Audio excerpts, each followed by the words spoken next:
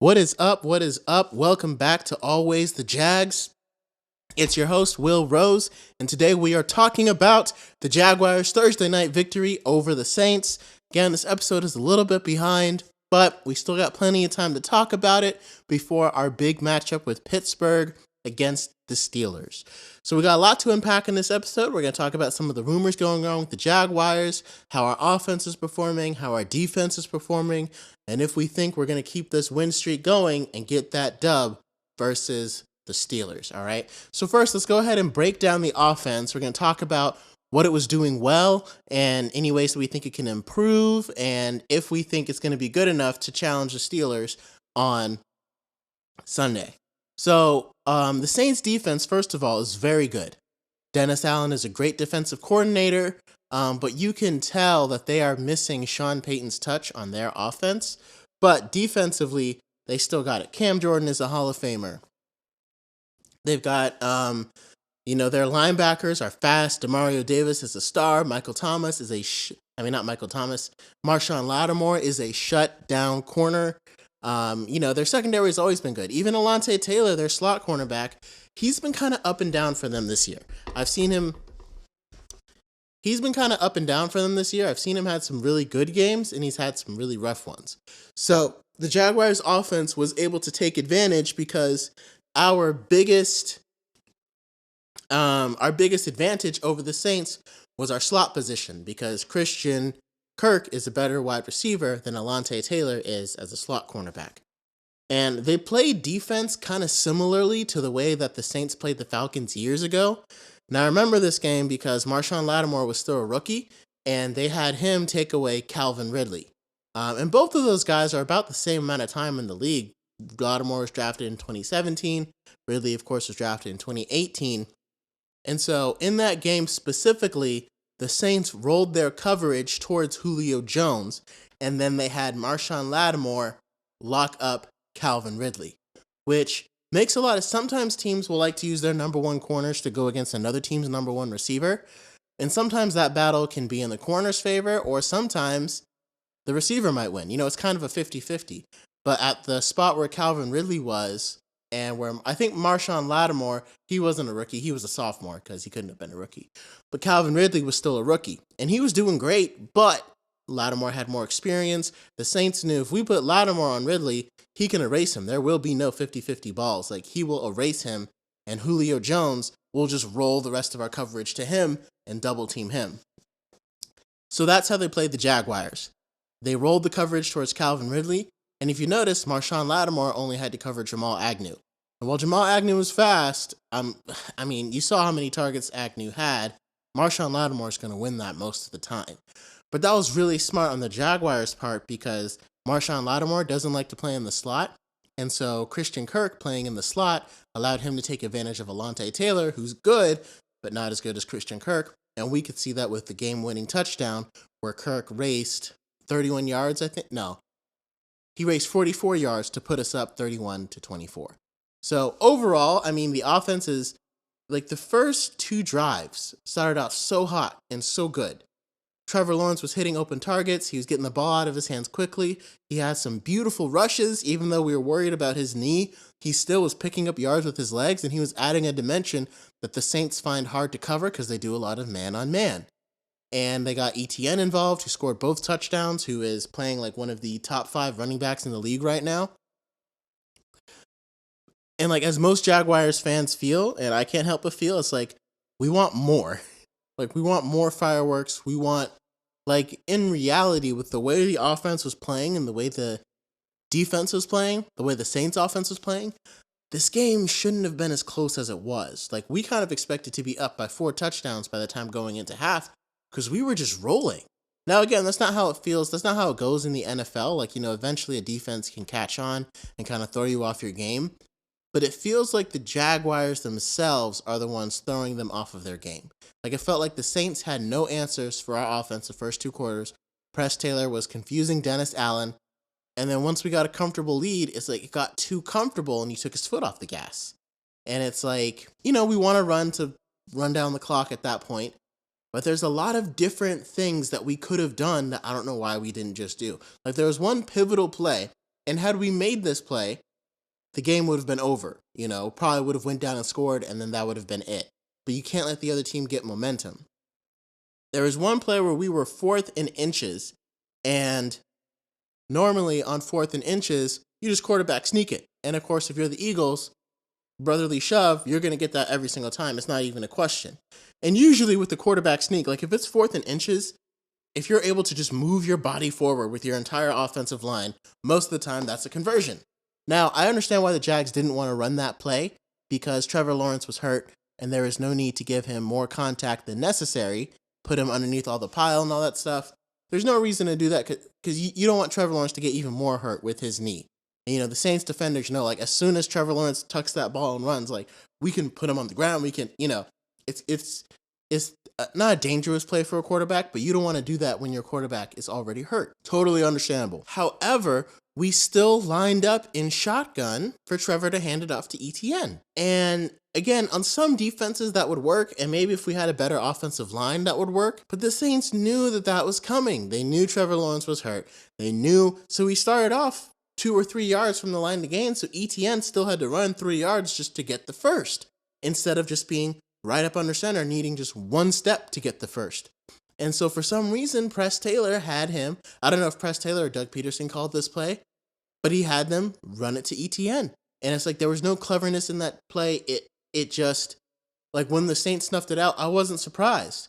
And even the announcer guys were like, oh, I'm surprised that Trevor Lawrence isn't doing a QB sneak, but we kind of get it because he's hurt. But in that situation, maybe don't go for it, maybe just punt it instead. Now, I still don't think punting was the best decision there. To me, take Trevor Lawrence out of the game, put in CJ Beathard, and let him run the QB sneak. Like, CJ Beathard is a backup, but he's experienced enough to run a QB sneak. Like, to me, that was an automatic no-brainer. I'm like, why isn't CJ Beathard in there? Okay, you're scared about Trevor Lawrence's injury. The game is not on the line. Take a timeout, change your personnel, because this down is huge. If you get it, we can keep draining clock. We were in the lead, I think, by 2 touchdowns at that point, or it was a 2-score game, something like that. And it's like, if we convert this, we're at least we can get a little bit further and get another field goal, or we can go all the way and get that touchdown. So that, little decisions like that can change the outcome of an entire game, because that gave the Saints enough life to come back into it. And to me, on 4th and inches, you got to run the QB sneak or just give it to ETN in the Wildcat. ETN is allowed to take a handoff from underneath the center. Just give it to him and let him punch it in. It's like those short yardage situations. Like in that case, sometimes we feel like we don't have the right personnel, or, ETN, that's why we drafted Tank Bigsby, so he can like hammer in those short yardage situations. But in that situation, the call was QB sneak. And I don't know if Press Taylor got flustered because he was like, man, QB sneak, but I got Trevor in there. I got to choose a play here in a second. I mean, for me, if I'm the head coach, that's where I step in, call a timeout. And I say, hey, I want to go for this too, because I agree. Let's not punt it back to them and give their defense a feeling like they got to stop. Let's keep it going, because we need to have that aggressive mentality to put these games away, because like the Bills, the Falcons, they all had chances to come back. Well, the Falcons really didn't. But the Bills and the Saints made it 1-score games when the game wasn't that close. We didn't need to be playing with fire like that, because with a better team, that's not going to work. And so, to me, the right call there was throw in CJ Beathard, run the QB sneak. I don't know why that didn't happen. I don't know if Nathan Rourke was activated. I don't think he was. But I would have brought in CJ Beathard, ran the QB sneak. I mean, he's active. He's ready in case Trevor Lawrence does go out. So that seemed like the obvious call to me, and I'm not sure why it wasn't made. Like I said, must have been the flustering of being in the game, but in that case, you take a timeout. Maybe Doug wanted to save them in case he needed to stop the clock later on, but in our position where we were at that point in time, we didn't want our timeouts. We wanted to end the game. We wanted to run down the clock. Because if we go down there and score it at that point, scored a touchdown, it's over. Like, the Saints would have been down by 3 scores. We would have taken off another 2 or 3 minutes off the clock. That would have been it. But this time, the Saints got the ball back, great position, momentum, Derek Carr hit, bam, bam, bam, touchdown. Next thing we know, we went out And then that's when I think I don't know if that's when Christian Kirk scored the touchdown. I think we punted, the Saints scored again. Then Christian Kirk scored the touchdown when it was tied. Because even at the end of the game, kind of only won with a little bit of help. And we'll get into the defense here right now, but that call, to me, that was the pivotal point in the game. If you convert that, the Saints are over. It's done. They lost at home. And, especially when we go up, like, it's nice to be able, like, I like that we can win in multiple ways with our offense. We can battle back and forth. We still, like, last year we were the comeback kings. Now we need to learn how to put games away, like down by the Raiders, down against the Cowboys, down against the Ravens. We came back and won those games, and that felt great. Okay, now we're the team on the other side that teams are not supposed to come back against, and we got to learn how to put games away in the fourth quarter, because we're good enough to go up on some of these really good teams by multiple touchdowns. We just have to keep that going. So that's why I think that call would have changed the entire game. A win is a win. But again, if we're in the same scenario versus Patrick Mahomes and Travis Kelce is on the other end, at the very end of the game, Derek Carr threw a perfect pass to Foster Moreau. If that's Patrick Mahomes and Travis Kelce in the playoffs, and he's that open, that is a touchdown. That is 100% a touchdown. And so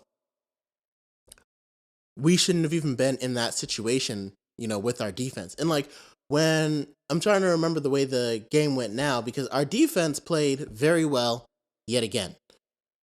However, and that's partially why I agree with the call to go for it, because the way the Saints were playing when Foye Oluokun got that interception and ran it back, we were excited. It was awesome. And, it was a touchdown. And like we went up by even more. I think it was like 24-9 at that point. And then the Saints went down the field and scored a touchdown. And that wasn't surprising because I knew, especially after that play, our defense is gassed. Like it almost would have been better for Foye to like go out of bounds at the 2-yard line and let our offense come back out and like just kind of try to hammer it in 3 times so the defense could rest. But you could tell they had been out there for too long. So when the Saints went down and scored, even though the defense had this great play and you think they have momentum, but they're tired. Defensive players get tired. And if you look at the time of possession, like the Saints really dominated it. And they had more yards and everything. And yet we still came out with the win. So I think our defense is still playing well. I think someone brought up in a podcast, like Aiden Hutchinson is a better pass rusher than Trayvon Walker. There's no debate there. But it's like, is Trayvon Walker a better football player? Which one is a better football player, right? And it's like, well, Aiden Hutchinson does what he does best, rushes the passer. Right now, the best thing Trayvon Walker does is stop the run. And he's been brilliant at it. We're 4th in the league in run stoppage. And because we're able to stop the run, that makes our defense so much better because the offense is in a lot of 3rd, 2nd, and 3rd long. And that's perfect for Josh Allen to rush the passer. So Trayvon Walker's ability to set the edge and stop the run and open it up for other guys to help stop the run, him and Foye and Devin Lloyd, it creates a great tandem. But we do need more pass rush. In those situations where we know you can't run it, it'd be great to swap out Trayvon and bring in a guy like Danielle Hunter to rush the passer on those downs because that's what Trayvon is good at. And so, like, Trayvon is good at stopping the run. And so, like, maybe, like I said, he's the 1st overall pick. I would love to see him play some defensive tackle. Pete Prisco always says, put 20 pounds on him, let him play defensive tackle. And, that would work too. I just think for right now, like, what a contending team does is they know, hey, we're missing a piece. And right now, Trayvon Walker, he can stop the run like nobody's business, but he cannot rush the passer. He can collapse the pocket, but he cannot rush the passer. He has the same moves that don't work on offensive linemen. But he's able to get off blocks and make the tackle or force the running back into a situation where he's running into somebody else. So he's not a liability against the run. He's very strong. He's like the opposite of Yannick Ngakoue, who used to play for us years ago, and he keeps bouncing around the league because he's such a liability against the run that teams will run straight at him because he can't stop the run. But on, like, the way that a perfect defense would run, right? It's 1st and 10. So on 1st and 10, a lot of teams like to run. If you stop them on 1st and 10, maybe even for a loss, or at least for no gain, now it's 2nd and 10. If you bring the blitz and you get home, so like on that play, swap out Trayvon Walker for Danielle Hunter or something. If you bring the blitz and you get home, that could be a 7-yard loss, right? Now, a screenplay would snuff that out, but if you bring the blitz on 2nd and long, now that could be a 17-yard loss. I mean, it could be like a 7-yard loss.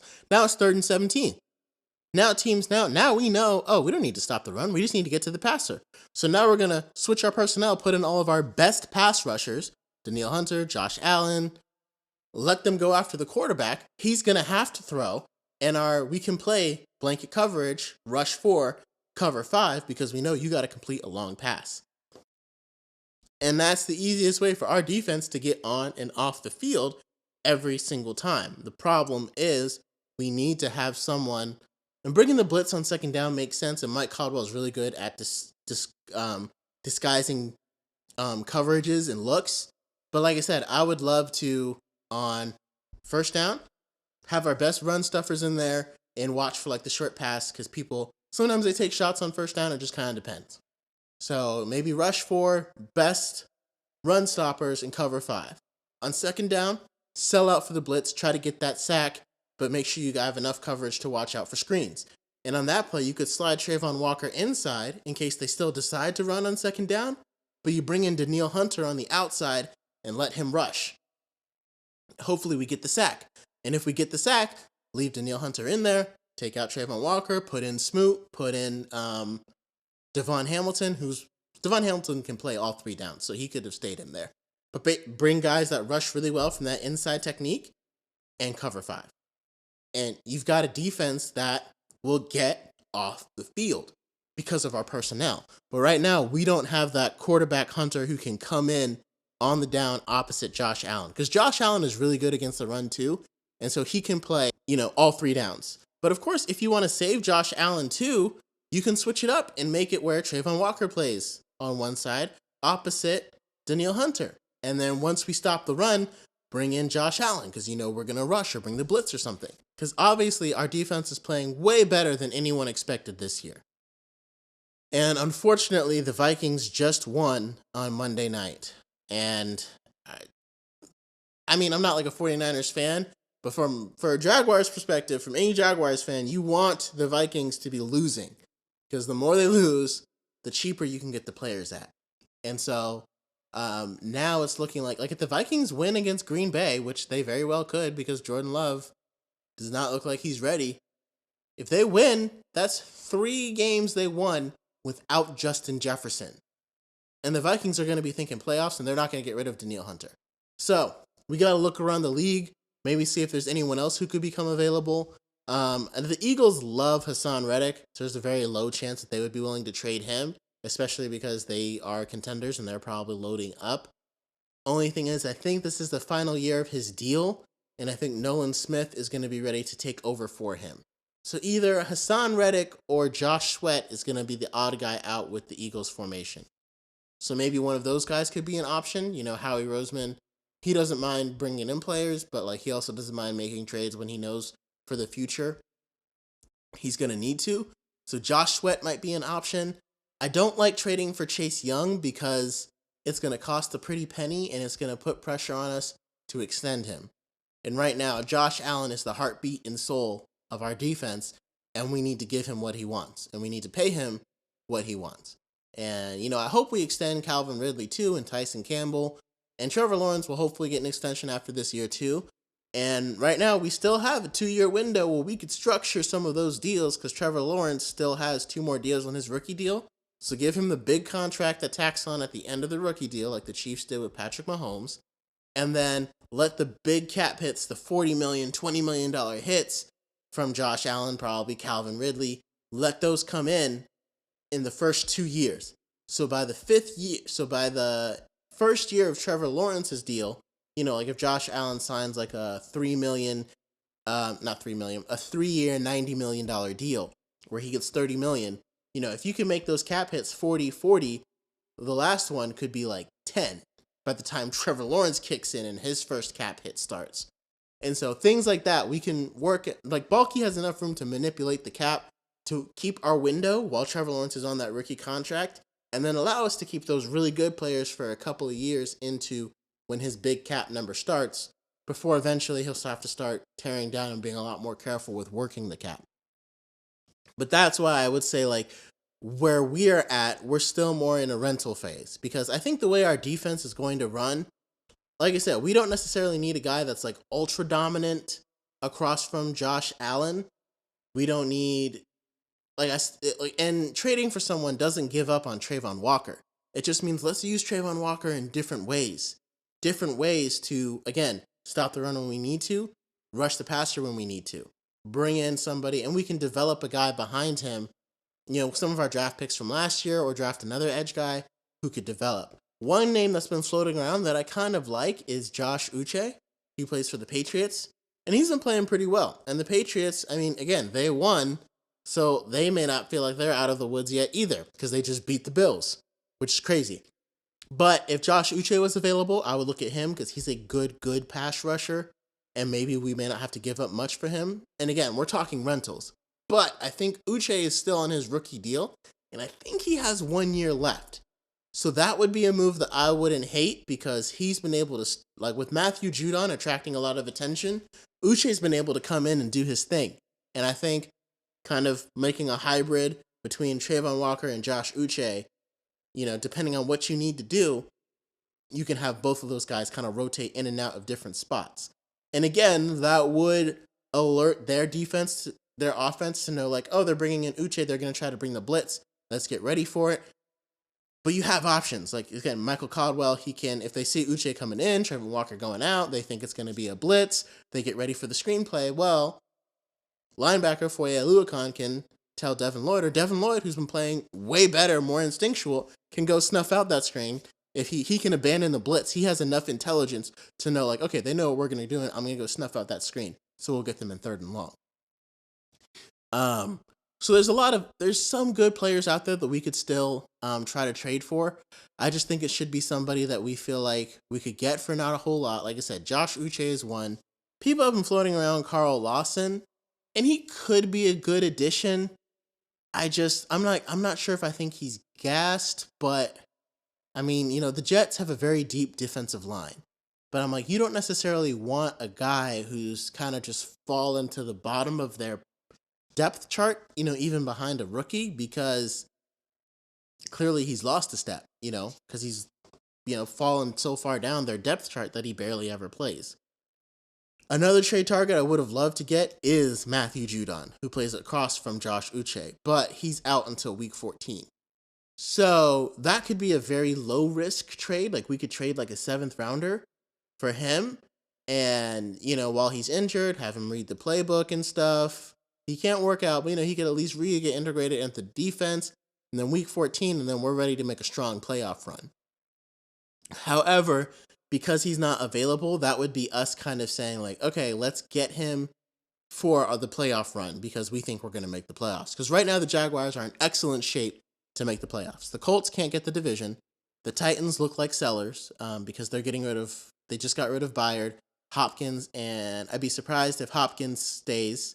And I'd be surprised I think they're going to try to keep Henry, but I'd be surprised if Hopkins is there after the trade deadline, which is coming up. And then the Texans are kind of our only threat. And so, I really didn't like the way that we lost to the Texans, and I would prefer if they weren't good this year. But the fact that they are means the Jaguars will have to overcome some adversity in order to win the division, which is good, because we're not going to win the division unless we beat them in their home week 12. And we still kind of need that, spark, that, fighting, clawing. You don't want it to just be handed to you, But if we're going after the number 1 seed, which I definitely think we could get, the kind of move that we could make to possibly make the Super Bowl, if we got a guy like Danielle Hunter, who's leading the league in sacks right now, we could make the Super Bowl. But like I said, with the Vikings win, like, we really needed the Bears to win. If the Bears had beat the Vikings, they probably would have been in sell mode. But now that they've beat the Bears, and then they went and beat the 49ers, which is insane, I think the Vikings are going to keep Danielle Hunter, because I honestly do think they're going to beat the Packers, And I think it's going to make it hard for the Vikings to feel like, oh, we're not going to make the playoffs. They still can make the playoffs as a wild card because in the NFC, there isn't that much. Like the Lions are going to win that division. You've got the 49ers who are going to win their division, but the Seahawks, they don't look like they're. I mean, the Seahawks are probably going to make the playoffs. It's probably going to be between the Rams and the Vikings. And I think the Vikings feel like they're a better team than the Rams, especially if they keep Danielle Hunter. So it's a tough decision to make, but I do think we need to get a guy to bolster our pass rush. It would have been nice if we could have re-signed Arden Key, but I would say like what a successful trade would look like is to go out, trade for a guy who's better than Arden Key. Because Arden Key is good, but in order for it to make sense for us to have not signed him, and like now we're really driving towards that Super Bowl to do great things, I think most Jaguars fans are expecting Bulky to go out and get somebody. And I think that would be the baseline for a good trade. Someone that's better than Arden Key. I mean, we could even trade for Arden Key. But, you know what I mean? We got to get someone who's better than Arden Key. Someone like I said, I don't think Carl Lawson is better than Arden Key right now. Danielle Hunter, I think he's better. Josh Uche, I think he's better. I would have loved if we had traded for Zadarius Smith before the season started because he had 10 sacks. But I think with the Browns defense, they like him in that rotation, so I don't think they're going to trade him. And signing a veteran pass rusher, again, like Frank Clark, I think he was signed by somebody. I can't remember who it was, but like guys like that are kind of on the street for a reason, I wouldn't mind trading for Unique Ngakoue, but again, the Bears just won, and they're trying to build something. So, it's hard to imagine that they would be sellers. But like I said, Unique Ngakoue is the perfect guy because you've got Trayvon Walker, who can stop the run really bad, who can stop the run really well, but can't rush the passer well. Unique Ngakoue, who can rush the passer well, but can't really stop the run. So they could complement each other perfectly. You kind of use them as if they're one player. But also, I don't think Ngakoue's been playing that well this year, so that may not be the right call for us. So there's a lot of decisions. We will see what Trent Baalke does at the trade deadline. We know Jaguars have been clamoring for Hunter for a long time. I literally would have been willing to trade from the second round. So trade because right now we're probably going to end up giving a second rounder to the Falcons for Calvin Ridley, because I think we're probably going to end up giving a second rounder to the Falcons for Calvin Ridley because I think we're going to extend him.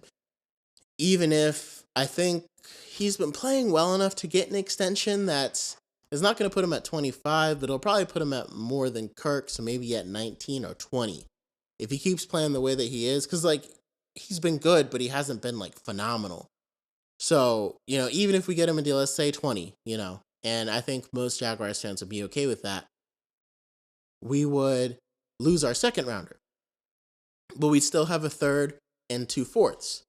But again, we don't know that until we make that extension. So we can't really use those picks because they're tied up. Technically, all those picks belong to the Falcons until the conditions are met. So I would be willing to, especially if the Vikings were tanking, but it looks like they're not anymore, I would have been willing to trade our first rounder and one of our fourth rounders, the one that we got from the Saints, for Danielle Hunter in exchange for the Vikings' second rounder and Danielle Hunter. Basically, let the Vikings trade up from the second round into the first round. Basically, let the Vikings trade up from the first round into. Basically, let the Vikings trade up from the second round into the first round in exchange for Danielle Hunter. Vikings have 2 first-round picks, so if they, tank, but it's not good enough, they got some ammo to go up and get Caleb Williams if they want to. And the Jaguars would have, in theory, would have been a pretty high second-round pick if the Bears and the 49ers had taken care of business, because the Vikings would have only had 1 win. So, looks like the Vikings are better than we thought they would be, because I think right now they're 2-4, but again, the Chargers are also 2-4. And so it's the Vikings feel and they've lost by a lot of 1-score games. So they probably feel like they're still in it. So Danielle Hunter is looking less and less likely. So we'll keep hoping. Maybe Baalke will still be able to strike a deal. I just hope he's able to get us a pass rusher who is better than Arden Key. Let Mike Caldwell work him in, and we will use it to accentuate Trayvon Walker's strengths while helping our defense play up to the level that we know they can play at now. With that, how I think we match up against the Steelers, we should be able to get the win. I originally picked us to lose against the Saints because I thought their defense was that good. Now, looking at the Steelers, um, they still have two of the best pass rushing combos in the NFL with Watt and Highsmith. But right now, the Steelers are vulnerable at their linebacker position because they don't have many guys there. So we should be able, and in the middle because Cameron Hayward is still out. So we should be able to run the ball really well. Should be able to throw over in the middle of the field. Hopefully we can hit that. And even their cornerbacks, they're young, they're inexperienced. Patrick Peterson, he's older. He's not playing so well. So we can take advantage of all of that. And, as long as we can give Trevor good protection, he'll probably get the ball out of his hands, but we should be able to attack the perimeters and take advantage of it that way. As far as the Steelers' offense goes, their number one weakness is their offensive line. It's just not good. And so this is where, having an extra guy would help us take advantage of that. But I think Josh Allen should be able to take advantage of it well and put pressure on him. If we can do some 4-man rushes, it will allow us to double George Pickens because that guy's been crazy. And Deontay Johnson just came back, which is a huge boon for the Steelers. Deontay Johnson has been a huge boon for the Steelers. And basically, Najee Harris hasn't really been playing that well. Neither has Jaylen Warren. If we're able to stop the run with just 4 guys, they'll be forced to throw a lot. Put the ball in Kenny Pickett's hands, which is exactly what we want because our pass rush can get home, maybe make him make a mistake. So probably a lot of cover 5. Having 5 guys in there covering, and then letting our guys get home when it gets to second long, third and long situations. So I do think we should get the win. I don't think I'll be disappointed if we lose. I think it'll take away some of our momentum. And right now we have a nice amount going into the bye week. And the 49ers look vulnerable. So especially if Balky pulls off a good trade, which I'm really hoping for, the flurry of them should come down here pretty soon, which is pretty exciting. I think a lot of NFL teams are waiting to make their trades until after this Sunday. So once we see the games on Sunday, we probably won't see another trade until after then. And then teams will really know where they stand and really know where to make a trade. Like, a couple of things I suggested. The Panthers are looking to, some teams will be buyers and sellers. Like the Jaguars last year, we were a buyer and we were a seller. Like the Jaguars last year, we were a buyer and we were a seller. We got rid of James Robinson and we traded for Calvin Ridley. To me, the Panthers are one of those teams that's a buyer and a seller. Basically, they've got Terrace Marshall Jr. He's kind of on the trading block. He's still in his rookie deal, so you could trade him straight up for a veteran wide receiver. Go to the Broncos. Trade him for Cortland Sutton. Maybe throw in a 5th-round pick or a 4th-round pick.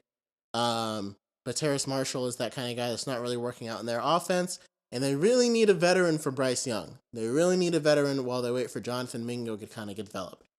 I think the Panthers should really go after DeAndre Hopkins. And after the trade, they still got a 4th or something. So maybe trade. It would have been better if they signed him, but just trade a 4th and Terrace Marshall. And maybe the Titans want to take a flyer on a cheap young wide receiver who might break out.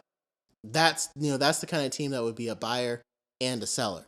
And so it's getting hard to see exactly who the sellers are because most of those are teams that thought they would be good that just ended up not being it. So right now it looks like the Titans, and we were all hoping it was going to be the Vikings too. Like the Cardinals could be sellers, but they don't have anything to sell. So it's the same with the Bears. The Bears are still building. So we'll see what happens. Hopefully the Jaguars will get the win at Heinz Field in Pittsburgh. Let me know your thoughts. Let me know if you think that the Jaguars should have run CJ Beathard for that 4th and inches versus the Saints. Like they said, the Lockdown podcast got shouted out on Good Morning Football, which is pretty cool because I listened to that a lot by Tony Wiggins. And like he said, a win is a win. And I agree, a win is a win, but a win is better when it kind of feels like we won because a guy dropped a pass, because that was a perfect pass. Now, Monteric Brown played well. A bunch of other guys played well. But that kind of game, like I said, it won't fly when we see the Chiefs again in the playoffs. And the Jaguars are good enough, the way we dominated Buffalo, the way we've been dominating at the beginning of games, we are good enough to think Super Bowl, to think number 1 AFC seed. And the question is, Bulky, are you willing to push your chips in and go for it this year? Because I definitely think this is the year to do it, even while we're waiting for our offense to really have that punch. But this is the time to do it, especially because I have a relative in Las Vegas, so I will be going there if the Super Bowl happens and the Jaguars are playing in it. So, Bulky, personal message to you. Push the chips in and let's go for it. Like I said, let me know your thoughts in the comments. Share, like, subscribe, and of course, as always, it was always the Jags.